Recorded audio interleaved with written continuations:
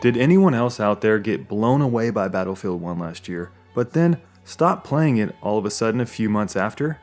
If you're anything like me, then that happened to you.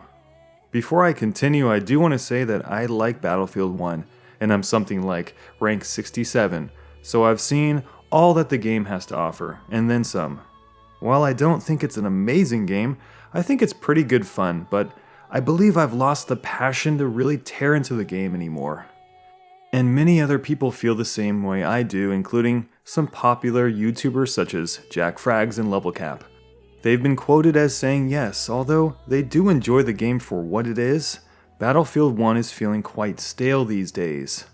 Now, many people have argued that the reason for this is that the game launched with not enough content, and while I believe that is partially the issue, the more pertinent reason being that the DLC has been poorly spaced out for a Battlefield game.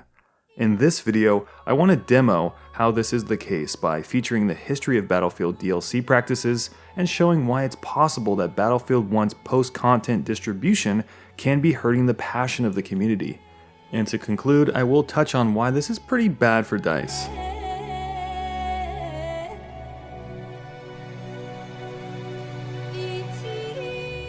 Part of retaining an audience in a AAA Season Pass video game is capturing that sense of excitement early and then holding on to that magical feeling by implementing a smart Season Pass plan.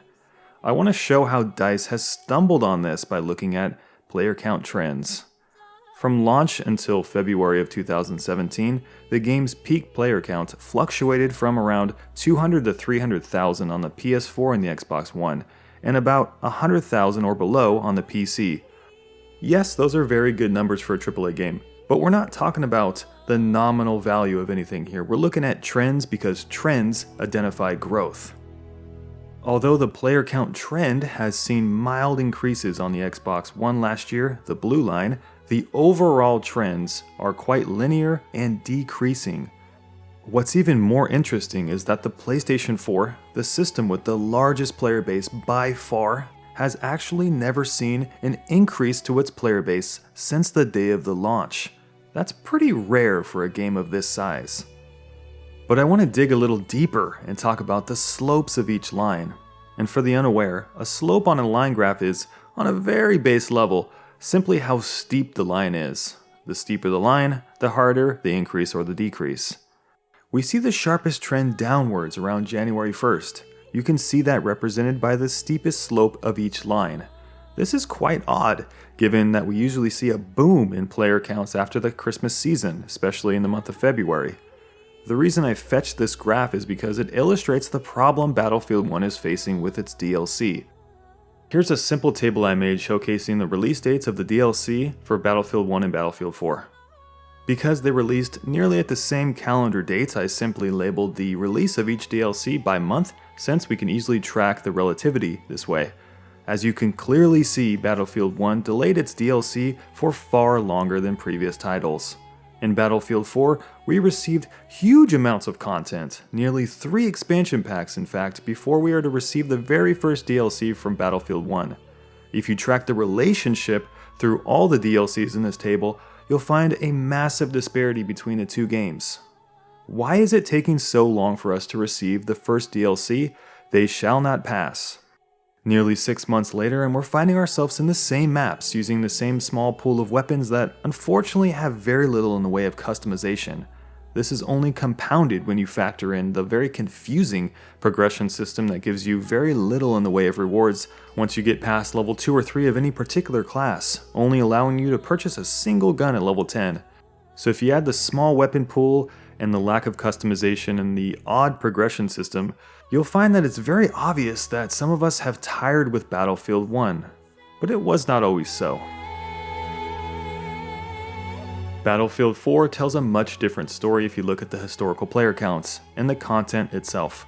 This graph is much more representative of what you would expect to see and frankly, hope for if you were the publisher of a new video game.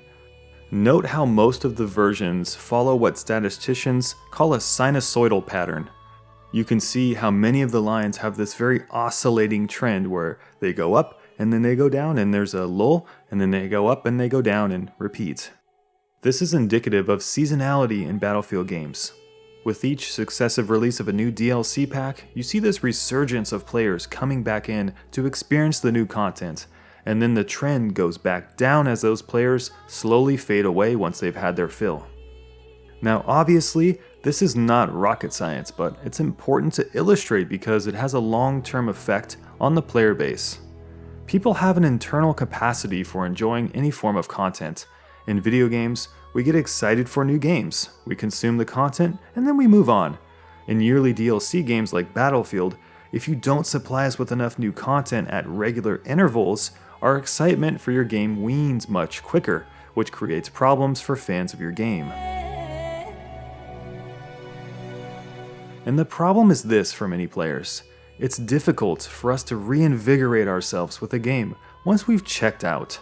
For example, players who take breaks from games because they're bored of them often find themselves facing several barriers of entry.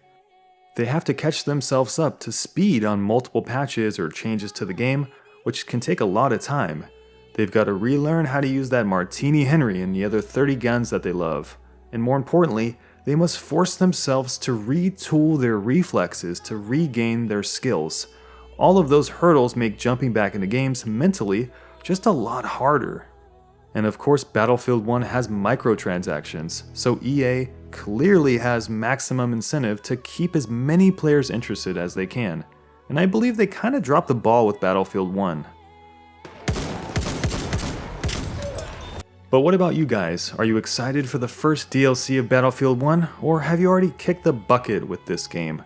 Talk to me in the comments section, I'll be happy to chat. There's way more to elaborate on. Whatever the case, I am still excited for They Shall Not Pass, but I'm just not as excited as I thought I'd be. Thanks for watching, guys. If you enjoyed the video, by all means hit the thumbs up button and subscribe here for more of our future content, and have yourself a kick-ass day.